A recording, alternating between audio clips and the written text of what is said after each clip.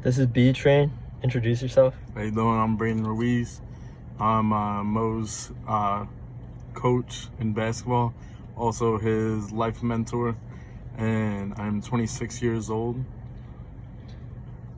He's currently, working, doing the 26-year-old stuff. All right, this is a question about morality, Train.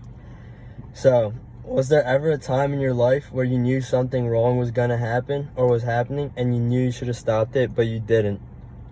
So, yeah, there was actually this one time I was delivering for a place called Wings to Go around Philly. And I had a delivery and I was bringing out my stuff. And then I heard this lady screaming and she was saying, "Stop that guy." And this guy actually stole her purse and he was running. And I was trying to find any reason not to chase after this guy.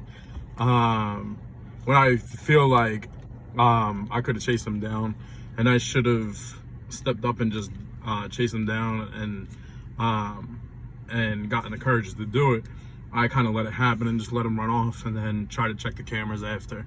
Where looking back at it, I really wish I would have just chased him down and tackled him and got the purse back.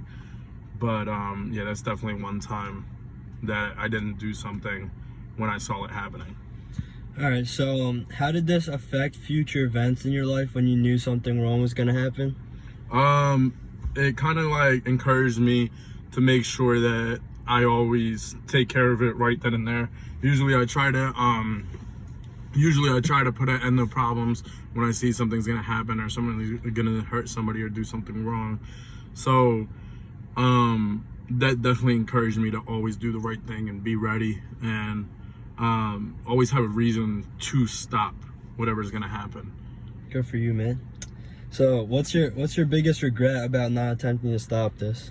My biggest regret is that lady lost her money, and it kind of made me look like a coward because I really should have just chased him down, and it would have been like, who knows, like he could have went on to do more bad things when I could have put an end to it, got the cops involved, got him arrested, and then ruined for future problems that he may have caused other people.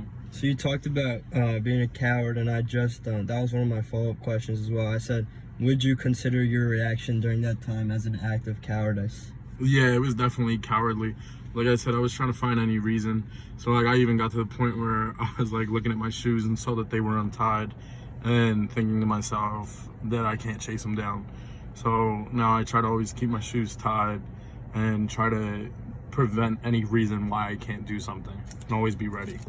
So you're one of my role models, so I was just thinking, who is one of your role models, and do you think he would have done to stop it, or what would he have done to stop it? So actually, one of my role models is somebody I went to high school with. He was 2 or 3 years older than me. His name is Dustin Vitale. He was a kid very similar to me, tough growing up, and he was just like, he was always there for me and always tried to show me the right way, and he was always the guy that would always look out for me as the young kid around. And I think he definitely, if he was in my shoes, he definitely would have chased the guy down, because he's a very strong guy, and he always tries to stick up for what's right. So strong physically or mentally as well? He's both. He's strong physically and mentally. So what in your head just made you think about like not stopping it? Like what prevented you from doing that? I had somewhere to go later. So, and also I had my delivery. So I was at work. So I didn't want to be late on my delivery. And also I wanted to get done work as soon as possible so I could go to my event. And if I would have chased after him, I would have had to wait it around for the police, give a police statement, and also, it would have just been a whole hassle. So I was trying to figure out whatever way I could get out of it in that split second, and that was the result, as the guy got away. So looking back at it, do you think it was worth it to, just because you had to go somewhere, to try and not stop that? No, I definitely don't think it was worth it, and I wish I would have stopped him. And all the time it actually comes up in my head that how I missed that opportunity to help somebody out that was in need and couldn't help themselves out. So, what do you think's the biggest lesson that you learned from this? The biggest lesson that I learned is always stick up for people that can't stick up for themselves, no matter what circumstance it's in, and always be ready for action. And you always, as a role model, as a strong man, you need to be ready, and you got to be ready to step up. And you never know who you could be hurting if you don't step up. So, how old were you when this happened? I was 17. So, do you think you being a younger person, not even a legal adult, had something to do with you not stopping this action? I don't think so, because I was definitely physically and mentally there to stop this guy. And I mean, I should have just did it. Like, I don't think age had any problem for me doing that. So, this is my final question. So how have you developed from that situation, and how do you apply what you learned from that in real life?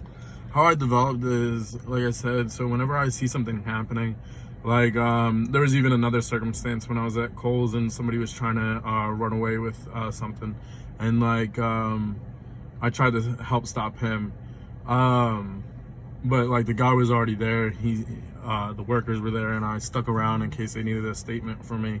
And I kind of learned from my lesson. I actually had same opportunity to see what I learned and put it into action.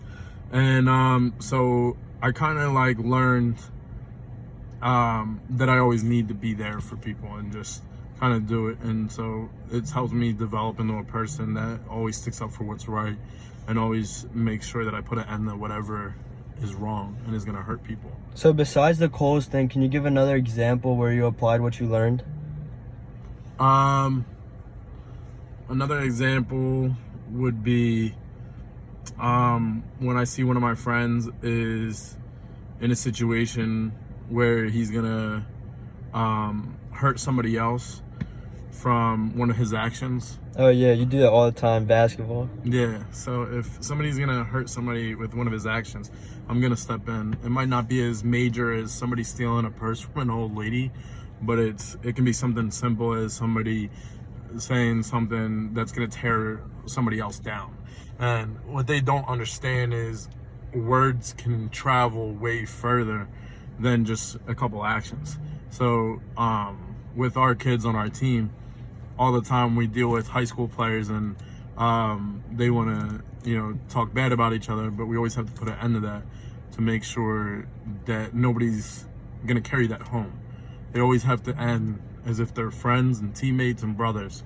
We try to keep it a family, and that's kind of what I've learned, is always to make sure that everyone's okay, and keep sticking up for people. All right, thank you for your time, B-Train.